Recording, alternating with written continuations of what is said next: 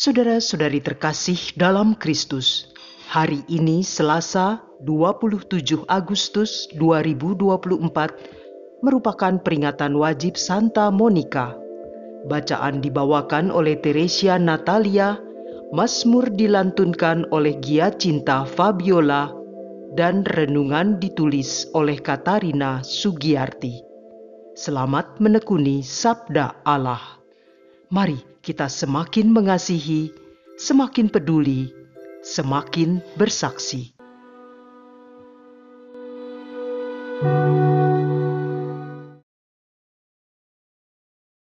Dalam nama Bapa dan Putra dan Roh Kudus, amin.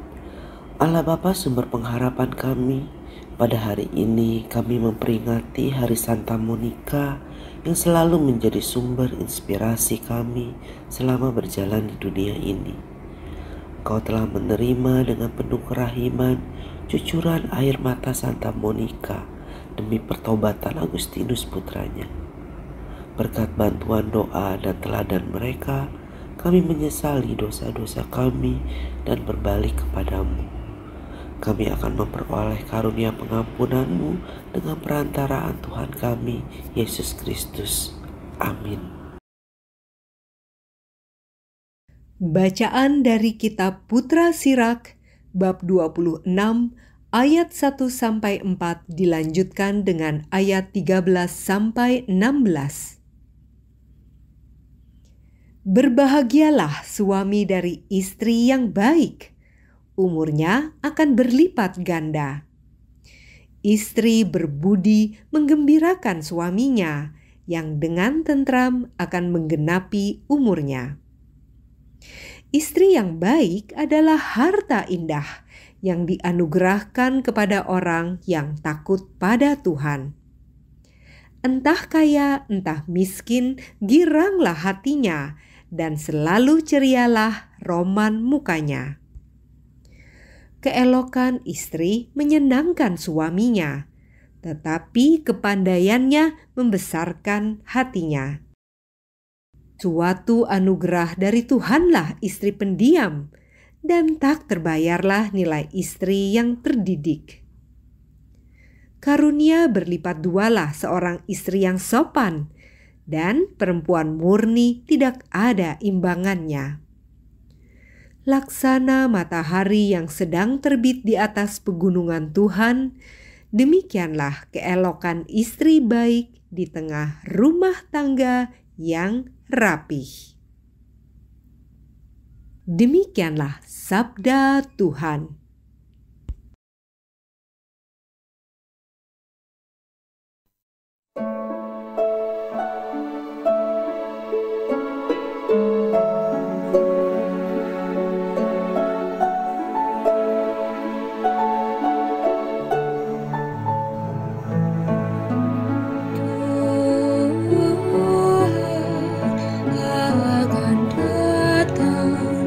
Menghakimi dunia dengan adil. Katakanlah di antara bangsa-bangsa, Tuhan itu Raja. Dunia ditegakkannya tidak akan goyah. Ia akan mengadili bangsa-bangsa dalam kebenaran. Tuhan akan datang menghakimi dunia dengan adil. Biarlah langit bersukacita dan bumi bersorak-sorai. Biar gemuruhlah laut serta segala isinya. Biarlah beria-ria padang dan segala yang ada di atasnya. Dan segala pohon di hutan bersorak-sorak. Tuhan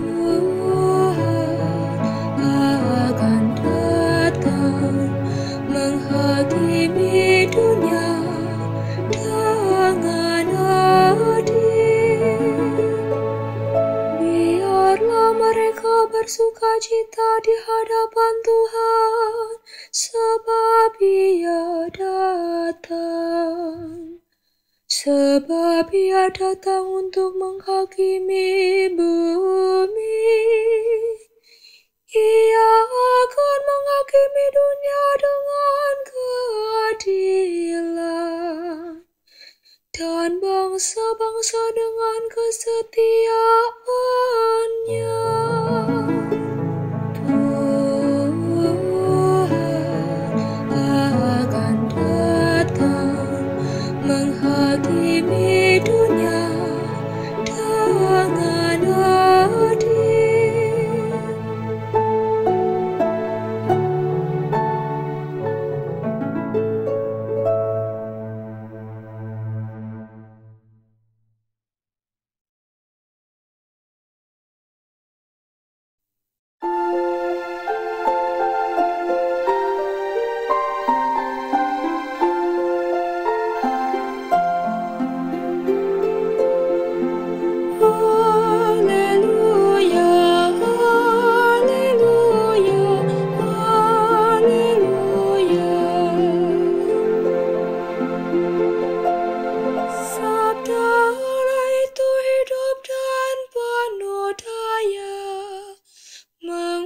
Segala pikiran dan maksud hati.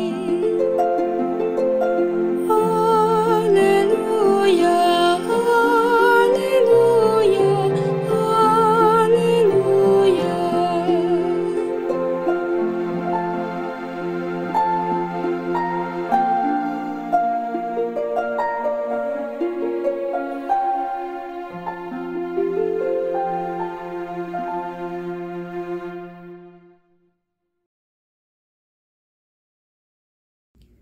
Inilah Injil suci menurut Lukas bab 7 ayat 11 sampai dengan 17. Sekali peristiwa, Yesus pergi ke suatu kota yang bernama Nain. Para murid serta banyak orang pergi bersama Dia. Ketika Yesus mendekati pintu gerbang kota, ada orang mati diusung keluar, yaitu anak laki-laki tunggal seorang ibu yang sudah janda, dan banyak orang kota itu menyertai janda tersebut. Melihat janda itu, tergeraklah hati Tuhan oleh belas kasihan. Lalu Tuhan berkata kepadanya, "Jangan menangis." Dihampirinya usungan jenazah itu dan disentuhnya. Maka para pengusung berhenti. Tuhan berkata, "Hai pemuda, aku berkata kepadamu, bangkitlah." Maka bangunlah pemuda itu, duduk dan mulai berbicara. Lalu Yesus menyerahkannya kepada ibunya. Semua orang itu ketakutan, dan mereka memuliakan Allah sambil berkata, "Seorang nabi besar telah muncul di tengah-tengah kita, dan Allah telah mengunjungi umat-Nya." Maka tersiarlah kabar tentang Yesus di seluruh Yudea dan di seluruh daerah sekitarnya. Demikianlah sabda Tuhan.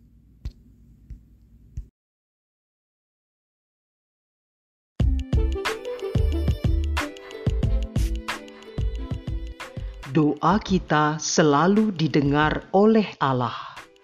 Renungan dibawakan oleh Katarina Sugiyarti.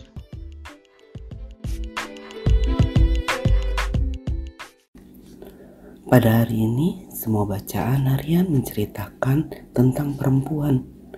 Karena pada hari ini, tanggal 27 Agustus, adalah hari yang memperingati Santa Monica. Monica, ibu dari Santo Agustinus dari Hippo, adalah seorang ibu teladan.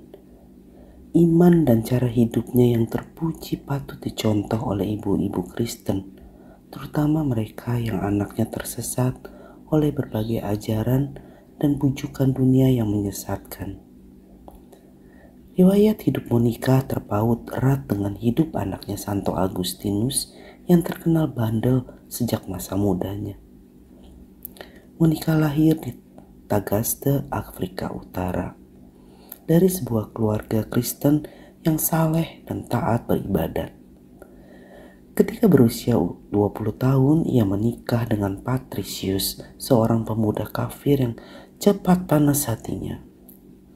Dalam kehidupannya bersama Patricius, Monica mengalami tekanan batin yang hebat karena ulah Patricius dan anaknya Agustinus.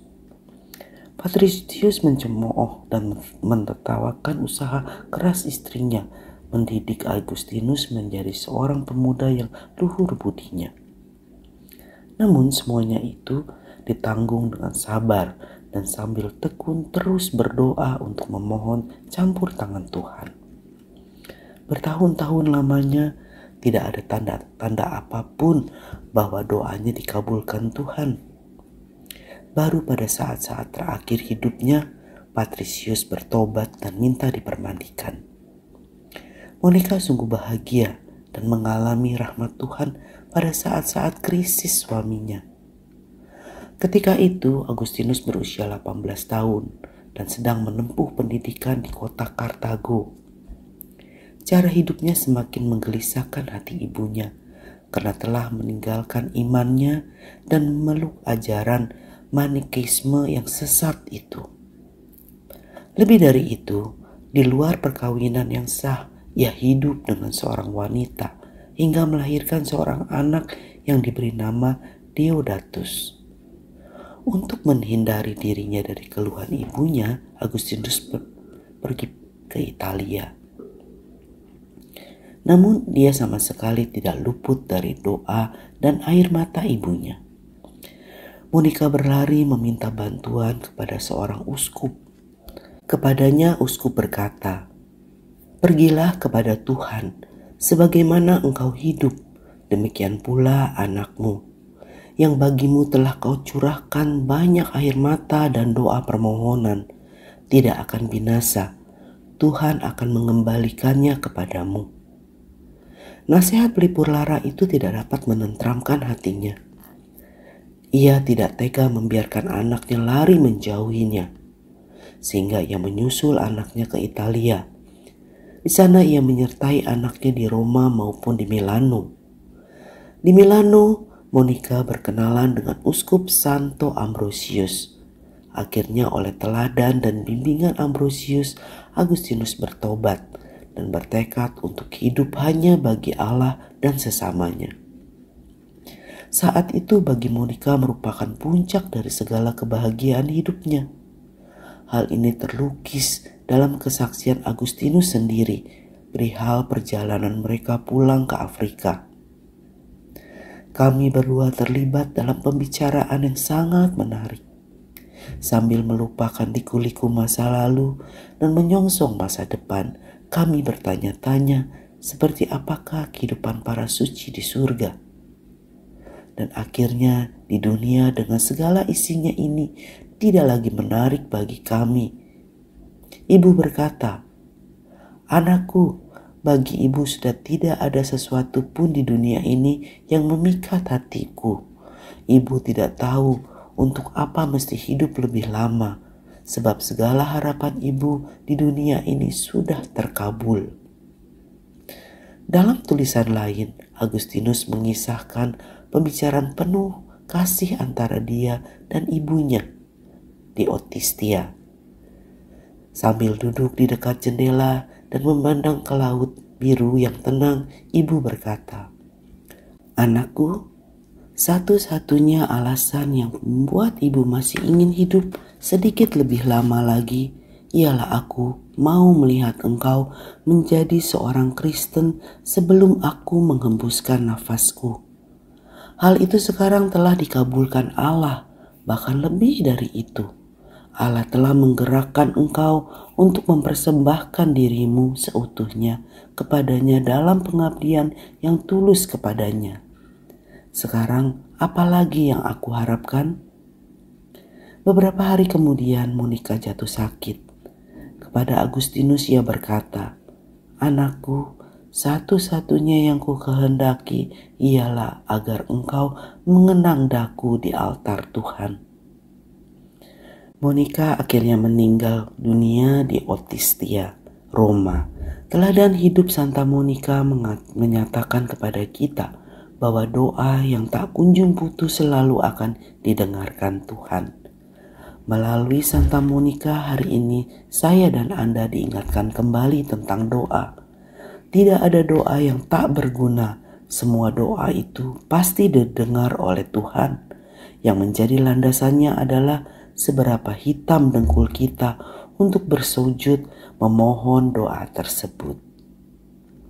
Marilah kita berdoa. Allah Bapa yang Maha Kasih, terima kasih. Hari ini kami diingatkan kembali tentang doa melalui Santa Monica. Seringkali kami baru berdoa sebentar lalu putus asa karena merasa doa kami tidak didengar oleh-Mu. Pada hari ini kami diingatkan bahwa semua doa-doa itu tidak akan pernah sia-sia dan selalu akan kembali dengan indah pada kami dengan waktu yang sesuai dengan waktu-Mu. Kami akan terus tekun dalam doa agar kehidupan kami seperti Santa Monica yang rela berpulang karena semua doa-doanya sudah terjawab dengan indah oleh-Mu. Kemuliaan kepada Bapa dan Putra dan Roh Kudus seperti pada permulaan, sekarang, dan selalu sepanjang segala abad. Amin. Dalam nama Bapa dan Putra dan Roh Kudus. Amin.